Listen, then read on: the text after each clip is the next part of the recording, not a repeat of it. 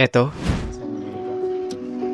And ito naman yung eto. sa palabas naman doon sa Yan na ang itsura ng pabahay ngayon ni Mayor Isko Moreno. Pero bakit nga ba nagkaganito?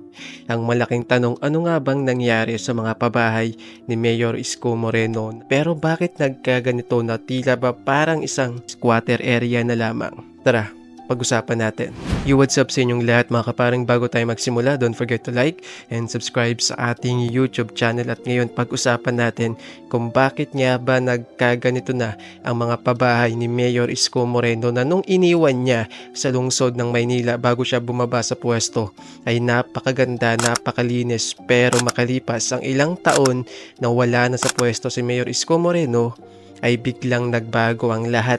Napabayaan, naging dugyot, naging madumi, at tila ba bumalik sa dating nakasanayan na maduming lansangan. Stu. Itong Pasay community.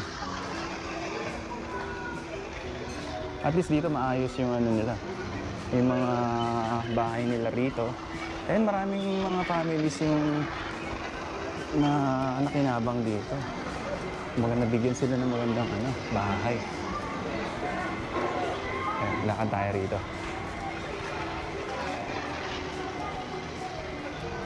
Meron din pala mga solar lights dito. So makikita nyo, may mga ilaw dyan. Ito, mga solar. Doon, meron din. And dito, may mga ilang kabuhayan din sila rito. Mga tindahan. Wala po. Pwede pang videohan. Ayan. Ito po, mga dyan sa mga pinagkakitaan dito nila lola. Nagbabalat sila ng bawang. Binibenta niyo po yan sa palengke? Bawalan kami sa amin. Bali, dadalhin sa inyo dito, tapos kayo yung magbabalat, tapos babayaran kayo, tapos kukunin na nila na may balat na. Ayan. Thank you po. Ay, meron na marami po mga Ito pala yung nabibili namin sa Balintawak, yung mga kilo-kilo na nakabalat na. Opo, ito pala yun, dito pala. Magkano po bayad sa inyo? Kada kilo? So una sa lahat, bakit nga ba ipinatayo ni Mayor Isko Moreno ang mga pabahay na ito sa lungsod ng Maynila? Una, para sa kanya ay napakahalaga ang pagkakaroon ng sariling bahay para sa mga Manileño.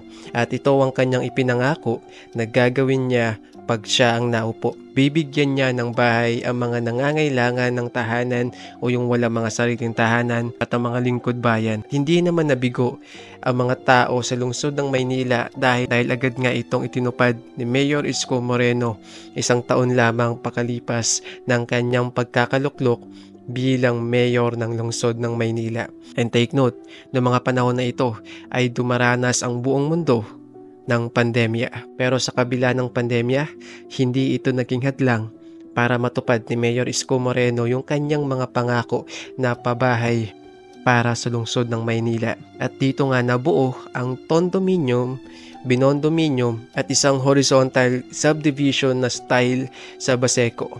Ang mga pabahay na ito ay handog niya para sa mga Manileño na walang sariling tahanan at sa mga lingkod bayan. At eto po ang itsura niya nung ito ay ibigay ni Mayor Isko Moreno o i-turn over sa mga beneficiary ng mga pabahay na ito.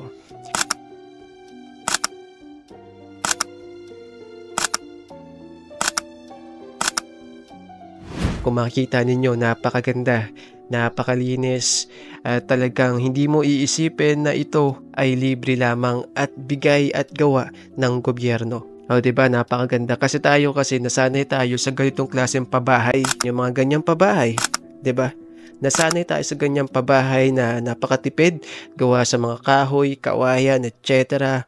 Minsan nakatayo pa sa tubig, kaya ang bilis masira. Minsan wala pang sariling CR, minsan wala pang sariling kusina, paliguan, minsan napakadaming problema, minsan wala pang tubig o kuryente. Ganyan ang klase ng pabahay ng mga politiko o ng mga leader sa iba't ibang lugar, even ng national. Pero ito ay hindi na dapat natin ipagpatuloy dahil gantong klaseng pabahay na sinimulan ni Mayor Isko Moreno nung kanyang unang termino na mala condominium style na pabahay. At talagang pinondohan at hindi tinipid sa budget at walang korupsyon na nagaganap o nakuwan para ang mga materyales na gagamitin ay tipid-tipid na lamang. Pero sadly, makalipas ang ilang taon nung mawala na si Mayor Isko Moreno sa kanyang pwesto, eto na ang itsura ng pabahay ngayon sa subdivision sa Baseco.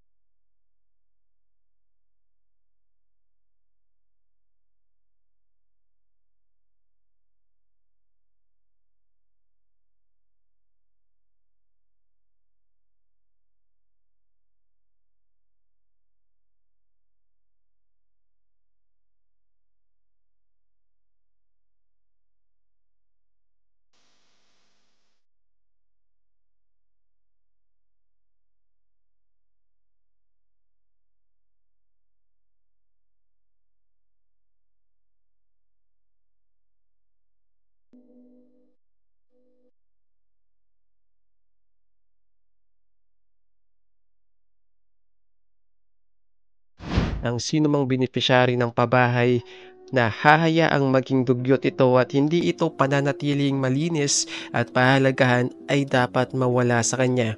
Dahil ang mga karapat-dapat na tumira sa mga ganitong klaseng pabahay ay yung may mga disiplina, yung may mga pagpapahalaga sa mga gamit o sa bahay na ito dahil ito po ay pinaghirapan, pinondohan at galing po mismo ito sa pera natin. Kaya dapat lang napahalagahan natin ang ibinigay na ito galing sa gobyerno, pero ang nangyayari dahil nga sa hindi mahigpit ang syudad at walang ordinansa, walang nagpapatupad, walang nagpapadala para mag-maintain o maglinis at walang nagpapadala para mag-inspeksyon kung karapat dapat ka pa rin bang tumira dahil ito ay pinapahalagaan mo o hindi o hinahayaan mong maging dugyot o madumi ang bahay na ibinigay sa iyo. Wala pong ganun, kaya ang nangyayari, yung mga tumitira, hinahayaan lamang nila at wala silang pakialam kung maging dugyot man o maging madumi ang mga pabahay na ibinigay sa kanila. Kasi nga hindi mahigpit at walang nag-i-inspeksyon at inaakala kasi yata nila na magpapadala ang gobyerno